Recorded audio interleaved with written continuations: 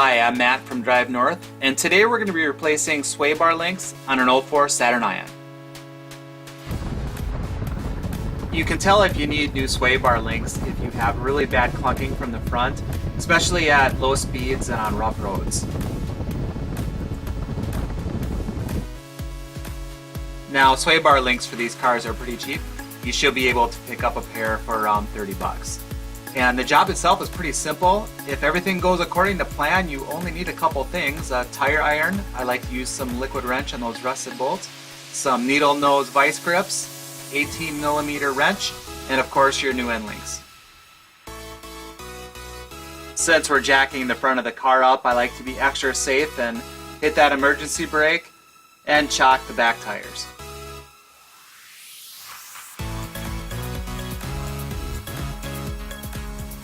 I like to use a tire iron to break loose the lug nuts while the car is still on the ground. Then I'll go ahead and jack it up and use an impact wrench to finish the job. Now we get to take a look at what we'll be working on. It's a really simple part, really. It just attaches at two spots, one at the top of the strut here, and then two at the bottom where the sway bar link comes up. To start out, I like to give it a good shot of liquid wrench. I'll go ahead and get the bottom and get the top there too. Get in front and get in back. Now I don't know how long this end link has been in here, but this nut was not going to budge by hand. You might need to get a hammer and give it a little persuasion. If it's really stuck, you might need to get a torch and apply some heat to it.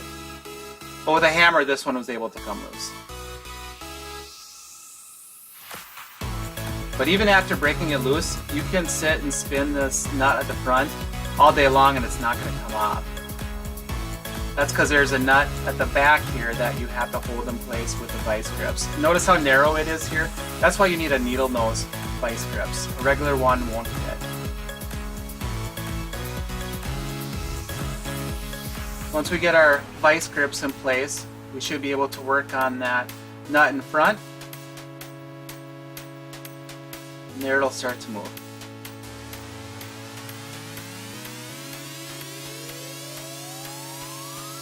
Once that's off, the top of the sway bar link will pop right out. Now we can work on the lower parts here. Now, be warned, if you live in an area that has a lot of salt on the roads, you might end up with a lot of corrosion like I did on mine, and you may find that these lower nuts just will not come off.